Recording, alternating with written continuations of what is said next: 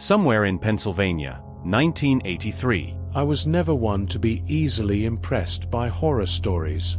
To be honest, I always thought they were just inventions meant to scare the unwary. But that night at the River of Lost Souls, I learned that some legends exist for a reason.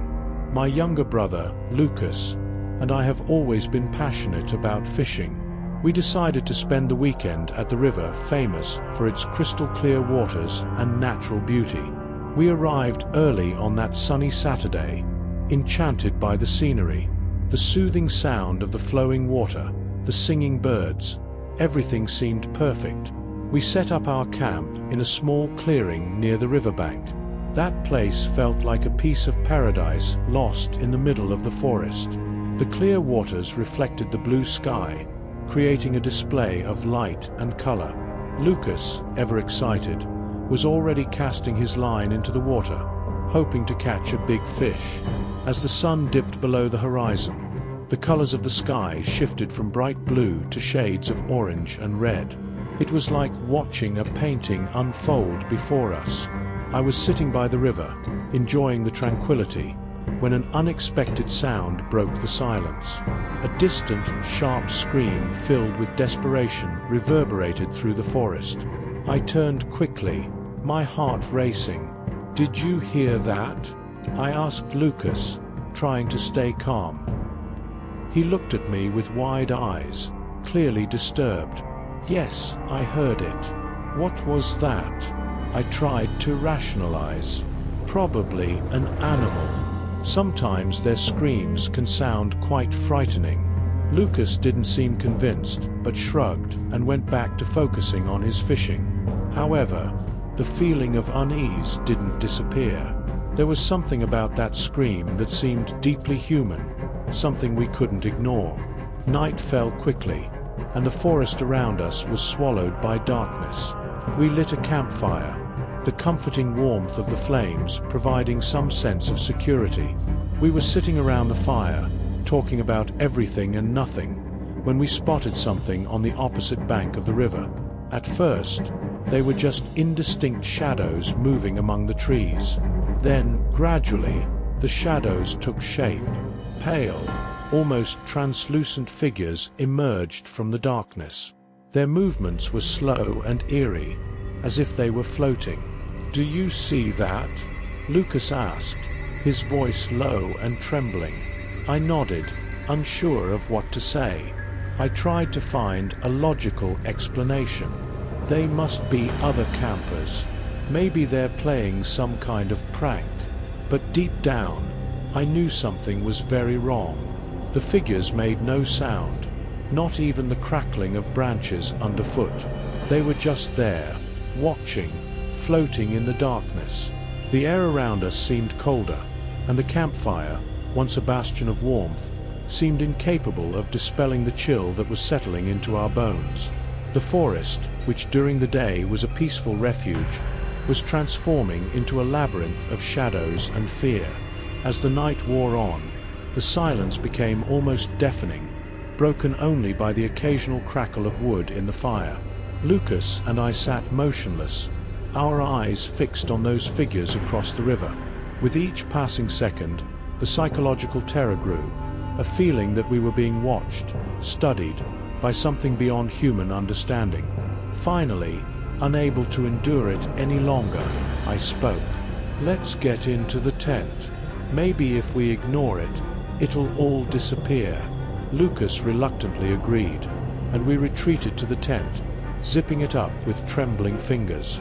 But sleep did not come easily.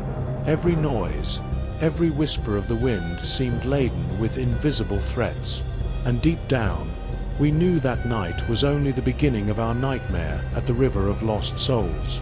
Darkness settled like a heavy cloak over the forest, swallowing any trace of light. The sound of the flowing water, once soothing, now sounded sinister, like whispers from something ancient and malevolent. Sitting around the fire, Lucas and I tried to focus on the crackling flames, but our eyes were constantly drawn to the opposite bank of the river, where the spectral figures had appeared. "Are they still there?" Lucas whispered. his voice barely rising above the sound of the fire. "I don't know," I replied, my gaze fixed on the dancing shadows. "I don't want to find out." The forest was strangely silent, as if all the animals had been driven away or had decided that night was not safe. Only the occasional wind broke the silence, but even it seemed to whisper dark secrets. We decided to retreat to the tent, hoping that confinement would provide a sense of security, even if it was illusory. Inside the tent, the space was cramped and stuffy, but at least we were out of sight of those figures, or so we thought. Every noise from outside made our hearts race. The rustling of leaves, the snapping of a dry branch, even the distant sound of the river seemed like an imminent threat. "What do you think those things were?" Lucas asked, his voice trembling. "I don't know," I replied honestly, "but I think we need to get out of here as soon as possible." But the night seemed endless. Each minute dragged on with torturous slowness. At some point, I must have fallen asleep, but it was an uneasy sleep, filled with fragmented, meaningless nightmares. I woke with a start, my heart pounding. Lucas was beside me, his eyes wide, clearly as disturbed as I was. At dawn, the forest seemed slightly less threatening, but the fear from the previous night still hung over us. We decided to explore the area and see if we could find any logical explanation for what we had seen. During our walk, we encountered an old fisherman who lived in a nearby cabin. He seemed surprised to see us. "You shouldn't be here," he said, his voice carrying a gravity we couldn't ignore. "Why?" I asked. "Last night, we saw something strange." The old fisherman sighed, as if about to recount a story he had told many times before. "This is the river of lost souls," he began. "Many fishermen have disappeared here over the years. Legends say that the river traps their souls, condemning them to relive the same night of terror forever." A shiver ran down my spine. "Are you serious?" He nodded, his eyes fixed on mine. "I've seen things I can't explain myself. Strange lights, figures on the banks, screams that seem to come from another world, and those who disappear are never found." Lucas looked terrified. "We need to get out of here," he whispered, looking at me with urgency. The fisherman shook his head. "It's not that simple. If you've already seen the souls, it means the river has chosen you. Getting out of here might be harder than you think." Despite the fisherman's words, we decided we had to try. The thought of staying another night there was unbearable. We quickly packed our things, constantly feeling as though we were being watched. The air felt heavier, and the forest, once a peaceful refuge, was now a maze of threatening shadows. The trail we followed to get to the river seemed different, as if the forest itself was conspiring to keep us there. Every step felt like it was leading us back to the starting point. The sun was high in the sky, but the feeling of being lost persisted. "We're going in circles," Lucas said, his voice tinged with panic. "No matter where we go, we always end up back at the camp." I tried to stay calm, but the feeling of despair was growing. "Let's try another path," I suggested, trying to hide the tremor in my voice. We walked for hours, but with each new path chosen, the forest seemed to redirect us to the same place. The sun began to set again, and the familiar feeling of nighttime terror began to set in. "This can't be happening," I murmured, rubbing my temples. "It's like we're trapped in a loop." Lucas looked at me, his eyes filled with fear. "What if that's it? What if we're stuck here, doomed to relive this night forever?"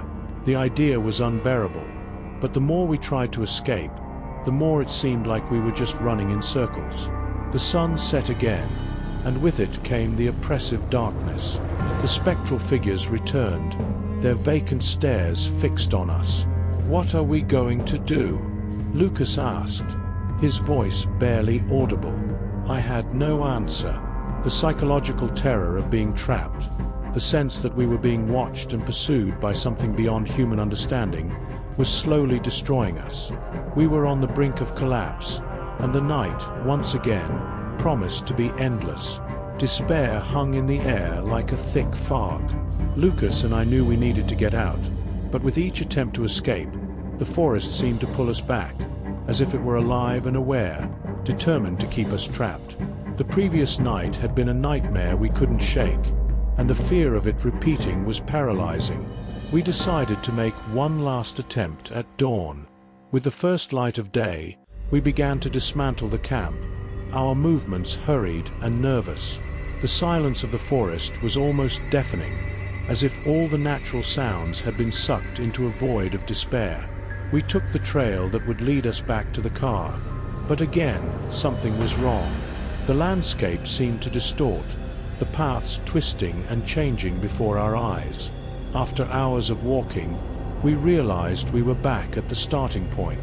It was as if the river and the forest were manipulating us, leading us back to the same place. "This can't be happening," Lucas said, his voice on the edge of tears. "We're going in circles." The feeling of being trapped, of facing a never-ending loop of terror, was overwhelming. The river, which had once been a beautiful, peaceful sight, was now a symbol of our torment. We were beginning to lose hope, our minds fraying under the strain.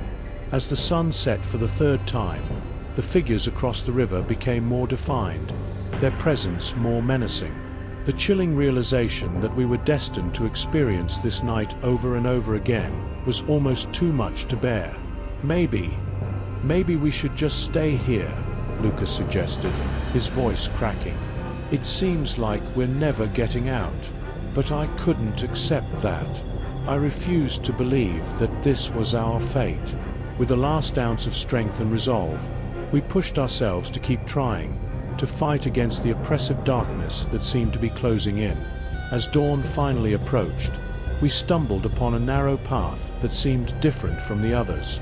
Desperation drove us forward, and after what felt like an eternity, we finally emerged from the forest. The river was behind us, and the oppressive feeling that had haunted us for days began to lift. The experience left us forever changed.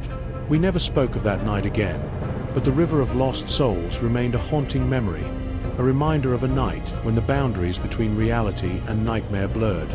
The fear of being trapped in that endless night lingered, a shadow that would forever be cast over our memories of that seemingly peaceful river.